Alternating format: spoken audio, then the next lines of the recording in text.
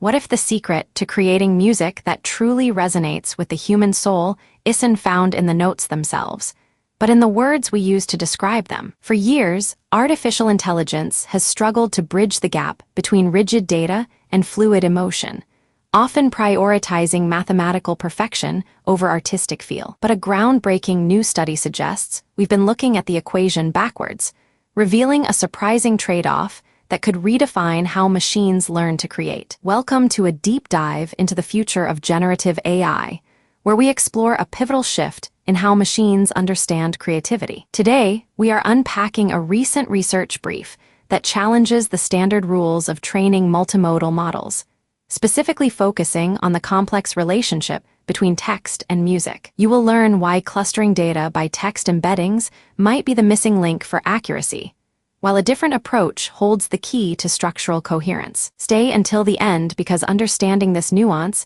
is crucial for anyone interested in the next generation of creative tools, revealing that the path to true artificial artistry requires balancing cold metrics with human perception. For a long time, the dominant strategy in training artificial intelligence was to simplify the world into manageable chunks, often assuming that optimizing a single objective metric was the ultimate goal. In the realm of text-to-music generation, this meant researchers frequently relied on clustering data based on audio features or visual patterns to reduce computational complexity. The problem with this approach, however, is that it often sacrifices the deeper semantic understanding of the content. When models are trained solely to maximize statistical scores, they risk producing output that is technically flawless but emotionally hollow, lacking the coherent structure that makes music feel intentional and alive. This singular focus has created a divide between how algorithms perform on paper and how their creations are experienced by human listeners, leaving a gap that current methodologies have struggled to close. This is where the new research changes the narrative. The study reveals a critical optimization trade-off that flips conventional wisdom on its head. It found that in low-data regimes, clustering training data based on text embeddings actually maximizes objective evaluation metrics far better than using audio embeddings. Imagine trying to understand a song by only looking at the sound waves. You get the frequency and the pitch, but you miss the story. By instead grouping data based on the lyrics, the semantic meaning behind the notes, the model gains a robust foundation for accuracy. However, the discovery goes even deeper. While a moderate number of clusters optimizes these statistical scores, the research shows that increasing the cluster granularity, making the categories more fine-grained and specific, is what truly enhances the coherent structure of the generated music. It is a delicate balancing act.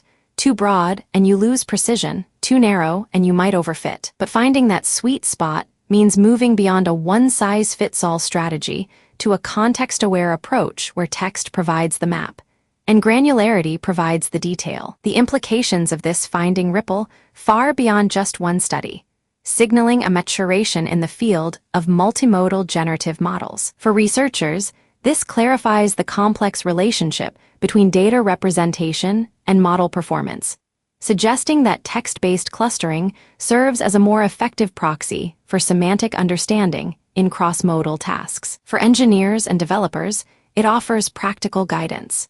In resource-constrained environments, prioritizing text embeddings can yield better immediate results, while applications demanding high-fidelity artistic output must lean into finer cluster granularity to ensure the music holds together. Ultimately, for society, this advances the development of AI tools that can generate culturally resonant content, bridging the widening gap between algorithmic efficiency and human aesthetic appreciation. It suggests that the future of AI creativity lies not in choosing one modality over another, but in orchestrating them in harmony, ensuring that our machines do not just calculate music, but truly understand it. As we wrap up, remember that the journey toward intelligent creativity is not a straight line, but a nuanced path of balancing metrics with perception. This study reminds us that sometimes, to teach a machine to sing, we must first teach it to read. If you found this exploration of the intersection between language and melody fascinating,